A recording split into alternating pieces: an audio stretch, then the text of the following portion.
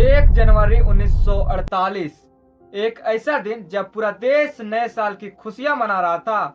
उसी दिन झारखंड के सरायकेला और खरसावा के लोग शोक मना रहे थे।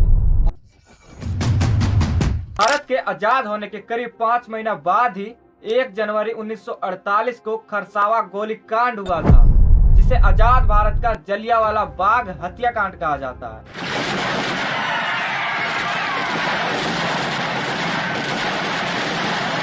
देश के आजाद होने के बाद राज्यों का पुनर्गठन हो रहा था। ठीक उसी समय 14-15 दिसंबर 1947 को सरायकेला और खरसावा रियासत को उड़ीसा में विलय करने का समझौता हो चुका था। सरायकेला और खरसावा रियासतों का जो शासन करता था वे एक उड़ियावासी थे और वे चाहते थे कि इन दोनों रियासतों को उड़ीसा में ही शामिल कर दिया जाए, लेकिन इन दोनों रियासतों पर रहने वाले जो लोग हैं वह इसके खिलाफ थे। इन दोनों रियासतों में रहने वाले लोगों को बिना कुछ पूछे, बिना कुछ इनसे राय लिए ही इनको उड़ीसा में शामिल करने का समझौता हो चुका था और इसे भारत सरकार ने भी स्वीकार कर लिया था। इसी को देखकर इन दोनों रियासतों में रहने वाले लोगों का गुस्सा फूट गया कि हम यहाँ पर रहने वाले लोग और हमसे बिना पूछे ही, हमसे बिना राय लिए ही हमें उड़ीसा में शामिल कर दिया जा रहा है, जबकि हमारी संस्कृति जो है वह उड़ीसा के संस्कृति से बिल्कुल अलग है। अगर हम लोगों को उड़ीसा में शामिल कर दिया जाता है तो हमारी संस्कृति जो है वह बिल्कुल खत्म हो जाएगी। इसी के विरोध में हजारों आदिवासी लोग जो है वह उतर गए। दिन था 1 जनवरी 1948। आदिवासी महासभा के बैनर तले हजारों आदिवासी लोग जो है वह इसका विरोध करने के लिए खरसावा हाट पहुँच गए। करीब 50,000 आदिवासी लोग उस दिन खरसावा हाट पहुंचे हुए थे। इसकी अगुवाई करने वाले थे जयपाल सिंह मुंडा।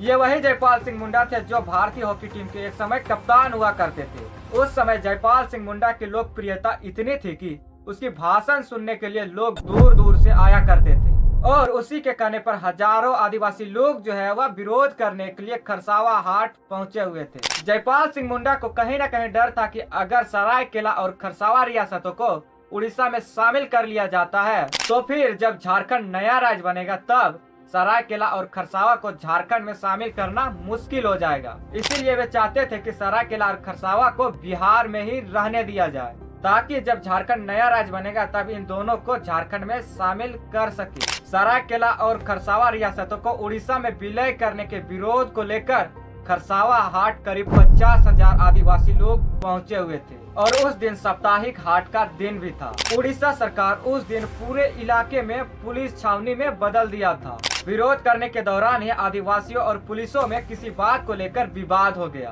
तभी अचानक उड़ीसा पुलिस मशीन गन द्वारा आदिवासियों पर अंधाधुंध गोलियां बरसा दी गई।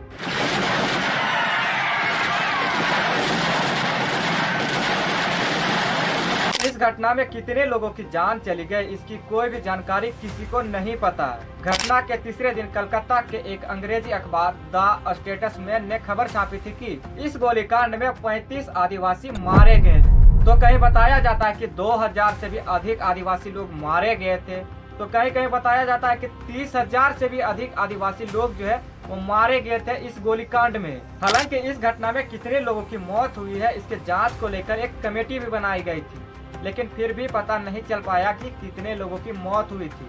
आप लोगों को बता दें कि इस आंदोलन में किसी कारणवश जयपाल सिंह मुंडा नहीं पहुंच पाए थे। कहा जाता है कि इस घटना स्थल के पास एक बहुत बड़ा कुआं था, वहीं पर शवों को डाल दिया गया और तो और अधमरे लोगों को भी डाल दिया गया और ऊपर से ढक दिया गया। यह घटना होने के बाद यहाँ पर पूरे इलाके में मार्शल लॉ लागू कर दिया गया था।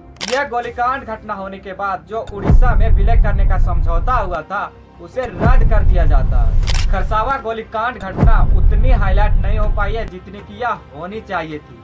बहुत से लोग यहाँ तक कि झारखंड के लोग भी इस घटना के बारे में नहीं जानते कि उस समय ऐसा भी गोलीकांड हुआ था जिसे आजाद भारत का जलियांवाला बाग हत्याकांड भी कहा जाता है। अब इस घटना स्थल को शहीद स्थल के रूप में जाना जाता है, जहाँ पूरे देश के लोग 1 जनवरी को नए साल की खुशियाँ मनाते हैं, वहीं झारखंड के लोग 1 जनवरी को शहीद दिवस के रूप में मनाते हैं। झारखंड के लोग 1 जनवरी को इस घटना के दौरान जितने भी लोग शहीद हुए होते हैं उनकी याद करते हैं और उनकी पूजा करते हैं। तो आई होप कि ये छोटी सी वीडियो आप लोगों को अच्छी लगी होगी। अगर अच्छी लगी होगी तो वीडियो को लाइक कर देना और अगर चैनल में नए हैं तो चैनल को भी सब्सक्राइब कर लेना।